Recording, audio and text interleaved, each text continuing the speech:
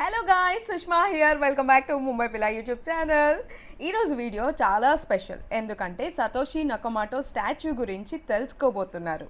And మీరు thumbnailలో చూసినట్లయితే నేను అంకుల్ అని చెప్పి రాశాను. దాని వెనుక ఒక రీజన్ ఉంది. అదేంటంటే నాకు తెలియని వాళ్ళు, అందులోనూ పెద్దవాళ్ళని, నన్ను ఇంప్రెస్ చేసిన వాళ్ళని నేను అంకుల్ అని పిలుస్తూ ఉంటాను. జస్ట్ టు ఓన్ దెమ్, అంతే.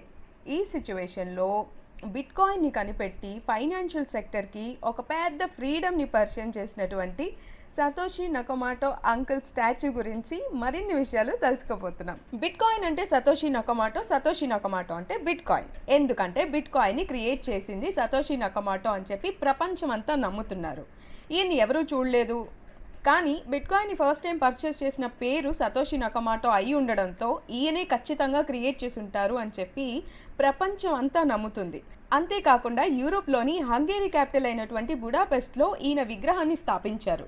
ఈ విగ్రహం, దాని వెనుక ఉన్న రీజన్స్ గురించి ఇప్పుడు తెలుసుకుందాం. ఈ విగ్రహాన్ని కంప్లీట్గా బ్రాంజ్తో తయారు చేశారంట, కానీ ఫేస్ని మాత్రం బ్రాంజ్ ఇంకా అల్యూమినియం రెండు కలిపి తయారు చేయడం జరిగింది.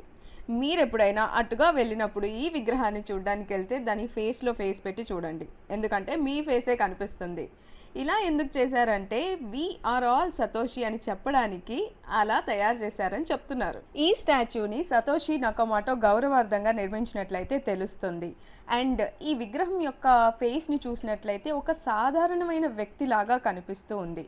ఎందుకంటే డెవలపర్స్ కూడా తయారు చేసేటప్పుడు చాలా కష్టమైందంట. ఏజ్ తెలీదు, జెండర్ తెలీదు, హైట్ తెలీదు, అండ్ జుట్టుందో లేదో కూడా తెలీదు. అందుకని చెప్పేసి ఒక హుడీ పెట్టి చెస్ట్ మీద బిట్కాయిన్ సింబల్ని అయితే ప్రజెంట్ చేసి ఈ విగ్రహాన్ని నిర్మించడం జరిగింది. అసలు ఈ స్టాచ్యూని తయారు చేయాలి అన్న ఆలోచన ఎవరికి వచ్చిందంటే హంగేరియన్ క్రిప్టో న్యూస్ సైట్ అయినటువంటి క్రిప్టో అకాడమియా ఎడిటర్ అయినటువంటి ఆండ్రెస్కి వచ్చిందంట.